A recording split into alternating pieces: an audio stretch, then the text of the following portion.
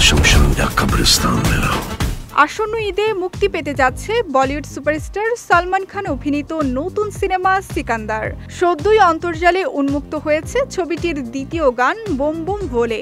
হোলি উৎসবের নেপথ্যে তৈরি হওয়া এই গানটির নির্মাতা হোলির ঠিক আগেই মুক্তি দিয়েছেন। সামির আনজানের কথায় গানটির সুর ও সঙ্গীতায়োজন করেছেন প্রীতম। এতে কণ্ঠ দিয়েছেন শান ও দেব নেগি। গানটি শুরু হয় র‍্যাপ দিয়ে এবং তারপর রঙের মাঝে দেখা যায় সালমান খানের এন্ট্রি।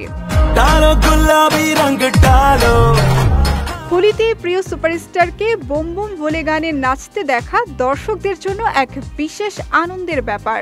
গানের দৃশ্যে সালমান ও রশ্মিকা মান্দানা জুটিকে অসাধারণ লেগেছে বলেই মন্তব্য নেটিজেনদের।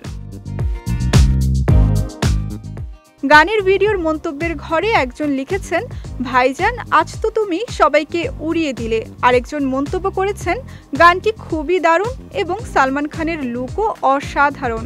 আরেকজন লিখেছেন, এখন সিনেমাটি মুক্তির জন্য অপেক্ষা করা কঠিন।